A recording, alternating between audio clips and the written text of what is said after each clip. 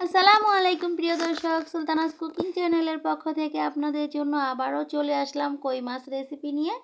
তো যাই হোক, প্রতিদিনই এক এক দিন এক একটা রেসিপি করে দেখাই। আজকে এই যে কই মাছগুলোকে ভালো করে ধুয়ে পরিষ্কার করে লবণ আর হলুদ মেখে নিয়েছি। তারপরে তেলটাকে ভালো করে গরম করে তারপরে মাছগুলোকে দিয়ে দিলাম। মাছ যখন আমরা ফ্রাই প্যানে দিব, অবশ্যই তেলটাকে ভালো করে গরম করে নিতে হবে। অল্প গরম করে দিলে কিন্তু মাছের চামড়া উঠে যায়, মাছ ভেঙে যায়, নষ্ট হয়ে যায়। আর অবশ্যই একটা তৈলাক্ত কড়াই নিতে হবে। তো আমাদের এই ফ্রাই প্যানটা কিন্তু তৈলাক্ত, সেই জন্য আর মাছগুলো লেগেও থাকেনি। তো দেখতে পাচ্ছেন কত সুন্দরভাবে উল্টিয়ে পাল্টিয়ে ভেজে নিলাম। তো মাছগুলোকে এভাবে করে সবগুলো আমি ভেজে নিলাম। সবগুলো ভাজা দেখাতে গেলে রেসিপি অনেক বড় হয়ে যাবে, সেই জন্য দেখিয়ে দিলাম আর কি, অল্পতেই ভেজে নিয়েছি। তো এই যে দেখুন কত সুন্দর করে মাছগুলোকে আমার ভেজে নেওয়া হয়ে গেল।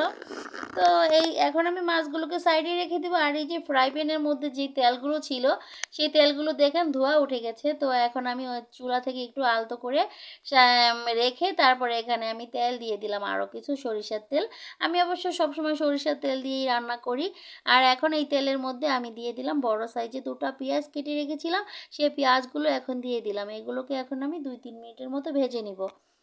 পেঁয়াজগুলোকে ভেজে নিতে হবে। এই পর্যন্ত দেখুন এই যে এইভাবে করে ভেজে নিব। আর এটাকে এখন আমার 2-3 মিনিট ভাজা হয়ে গেছে। এই পর্যায়ে এখন আমি এখানে দিয়ে দিব আদা রসুন বাটা। আদা রসুন আমি সবসময় একসাথে বেটে রেখে দিই।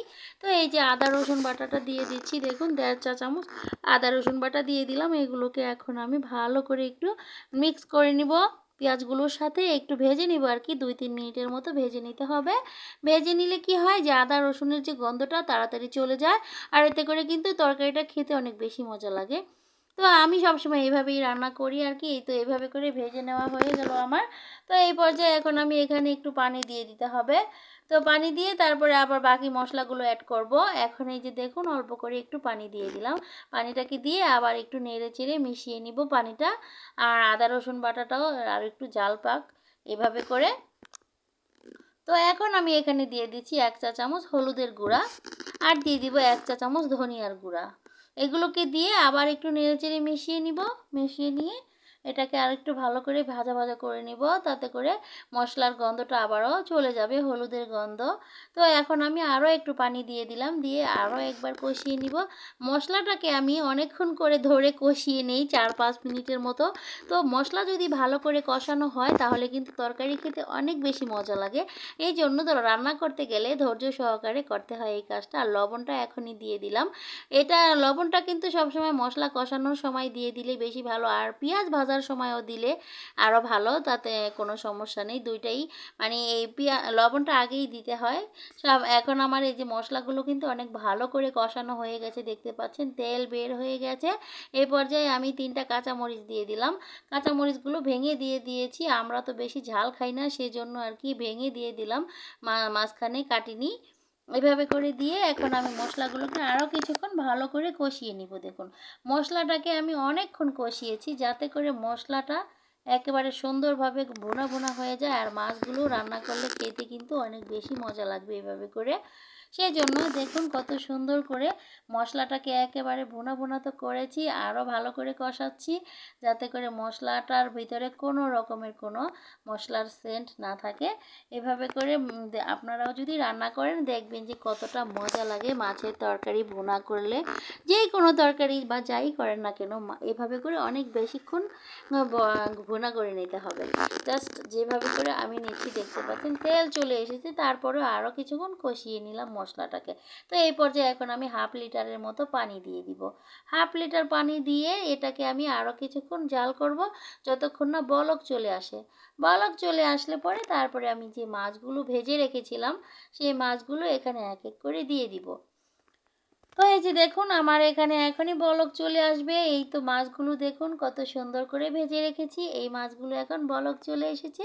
এখন আমি এক এক করে মাছগুলোকে বিছিয়ে দিব। মাছগুলোকে বিছিয়ে দিয়ে দেখুন কতটা সুন্দর হয়ে গেল আমার রেসিপি।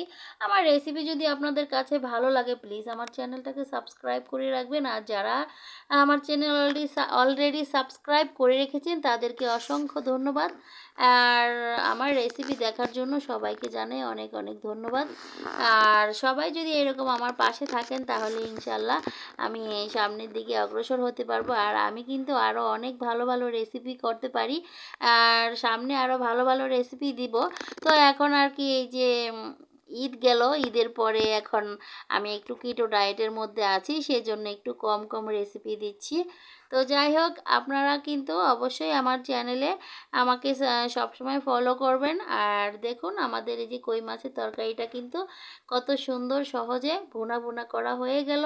এখন কিন্তু আমি আরও কিছুক্ষণ রান্না করে নিব, মানে হয়নি এখনও। মাছগুলো দিয়ে আমি আরও 10 থেকে 12 মিনিট রান্না করে নিয়েছি। যখন বলক চলে এসেছে তখন আমি আবার ঢেকে দিয়ে রান্না করেছি মিডিয়াম হিটে, যাতে করে ঝোলটা অতি তাড়াতাড়ি শুকিয়ে না যায়। আর আস্তে আস্তে করে জাল দিয়ে এটাকে আমি ভুনা মাছটাকে আরও 10-12 মিনিট রান্না করে নিয়েছি। আর ঝোলটাকে আরও একটু শুকনো শুকনো করে নিতে হবে, তাহলেই তো ভুনা ভুনা হয়ে যাবে আর খেতেও ভালো লাগবে। আর এই যে এই পর্যায়ে দেখুন আমি একটু ধনিয়া পাতা দিয়ে দিচ্ছি। আর আপনাদের যাদের কাছে নাকি টমেটো আছে তারা টমেটো দিয়ে দিতে পারবেন। আমাদের বাসায় আজকে টমেটো ছিল না, সেই জন্য আমি টমেটোটা দিতে পারিনি। তবে তারপরেও তরকারিটা কিন্তু খেতে ভীষণ মজা হয়েছে, অনেক বেশি মজা লেগেছিল খেতে। তো এই যে দেখুন এই পর্যায়ে আমি ধনিয়া পাতাটা দিয়ে আরও 2-3 মিনিট জাল করে নিব। 2-3 মিনিট জাল করে নিলেই হয়ে যাবে আমাদের মাছের তরকারিটা। তো এখন দেখুন এই যে 2-3 মিনিট আমার হয়ে গেছে। এখন এই পর্যায়ে আমি চুলা থেকে নামিয়ে নিব। দেখুন ঝোলটা একেবারে শুকিয়ে গেছে, চুলা থেকে নামিয়ে নিলেই হয়ে যাবে। আর এই তো আমার রেসিপি আপনাদের কাছে কেমন লেগেছে, যদি ভালো লাগে প্লিজ একটা লাইক কমেন্ট শেয়ার করে দিবেন। আর সবাই পাশে থাকবেন, ভালো থাকবেন। আর যারা নাকি নতুন আমার চ্যানেলে তারা অবশ্যই আমার চ্যানেলটাকে সাবস্ক্রাইব করে রাখবেন। সবাই ভালো থাকবেন, আল্লাহ হাফেজ এই কামনায় বিদায় নিচ্ছি।